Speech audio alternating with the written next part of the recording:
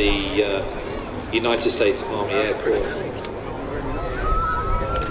In August 1934, they wanted a bomber that's going to be able to fly 10 hours, speed of at least 200 miles per hour.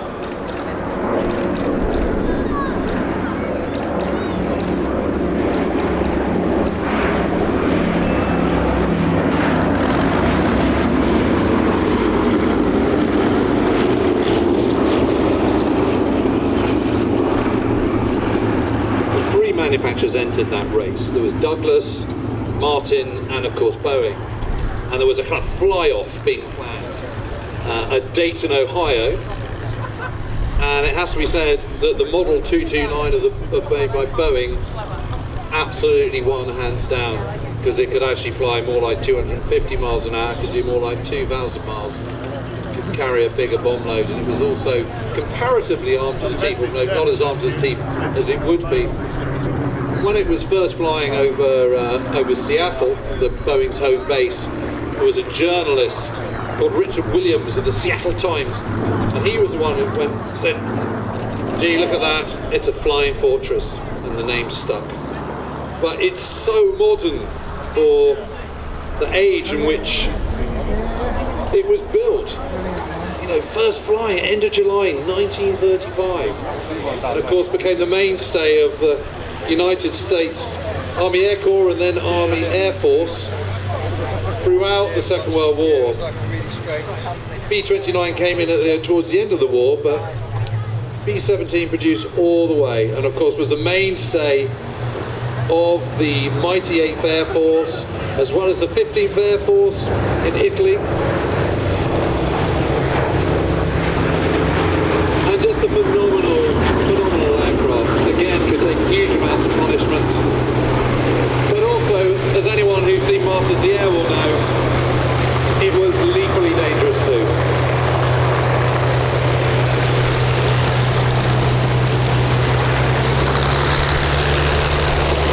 And it's 12 o'clock 10 metres. So I think B-17 is just pulling away from the B-47. We were meant to have 4 B-51s, but looking on the phone, it's still 214 sitting on the ground, so wouldn't have to clear so far. So how old do you think the film Memphis Belle is, James? Well, I actually remember going to that, seeing that in a cinema in Hull when it first came out, so I reckon it was 1989? It was 1990, which makes me feel incredibly old. I actually watched it again not very long ago.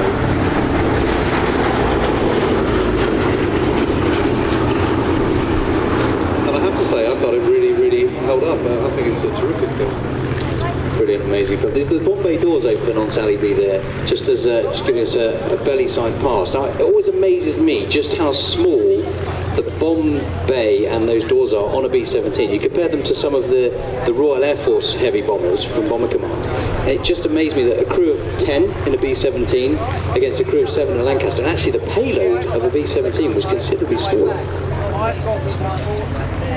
Yeah, it's actually not that big for a 4-engine plane.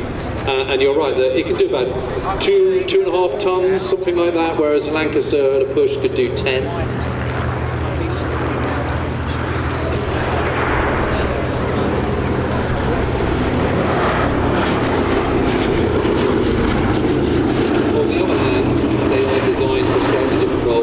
B-17 is predominantly a daylight bomber. It's the which is why it's got 13 50 caliber machine guns on it. All that extra protection, of course, that adds a huge amount of weight, which then was a payoff of the amount of bombs it can take. The Lancaster is, I mean, the B-17 is a tin can. It certainly is when you're in it, but the Lancaster is really a tin can, and the nods to crew comfort are pretty small in both, but especially so in a Lancaster. No ventral turret on a Lancaster, even though most night fighters, Luftwaffe night fighters, are attacking from underneath with their Schrager music, their cannons pointed upwards, so very, very underprotected. But the underprotection means they can take more bomb load, so it's a payoff. But that's why nearly 50% of all those who flew in Bomber Command didn't make it home. It's always a payoff. I remember talking to a crew member, that I think he was the navigator or the bombardier, I can't remember, on a B-17 that was initially earmarked for the 8th Air Force, came over in 1942.